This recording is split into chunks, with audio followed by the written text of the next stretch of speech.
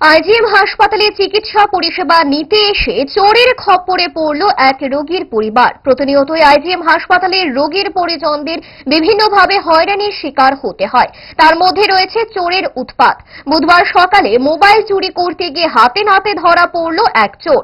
ধৃত ব্যক্তির বাড়ি পশ্চিম জেলার জিরানিয়া এলাকায় বলে জানা গেছে। হাসপাতালের ভেতর এক রোগীর পরিজনের মোবাইল চুরি করে পালানোর চেষ্টা করছিল ওই ব্যক্তি, কিন্তু মুহূর্তের মধ্যে চুরির ঘটনা ধরা পড়ে যায় এবং স্থানীয়রা তাকে ধরে ফেলে। চোর ধরা পড়ার পর পাল্টা আক্রমণ করে মোবাইলের প্রকৃত মালিকের গলা চেপে ধরে এবং দাবি করে যে মোবাইলটি তার নিজের। তবে সন্দেহ দূর করতে স্থানীয়রা মোবাইল আনলক করতে বললে সে তা করতে ব্যর্থ হয়। এতে স্পষ্ট হয়ে যায় যে এটি তার মোবাইল নয়। এরপর ক্ষুব্ধ জনতা তাকে উত্তম মধ্যম দিয়ে পুলিশের হাতে তুলে দেয়। বর্তমানে পুলিশ ওই ব্যক্তিকে আটক করে ঘটনার তদন্ত শুরু করেছে। আইজিএম হাসপাতালের মতো জনবহুল এলাকায় এমন চুরির ঘটনা চিন্তার বিষয় হয়ে দাঁড়িয়েছে বলে মনে করছেন অনেকেই।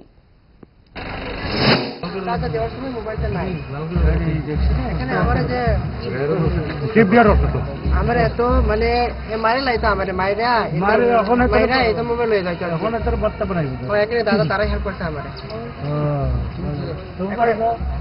আমি মানে ছোটবেলা থেকে জিরানি আছে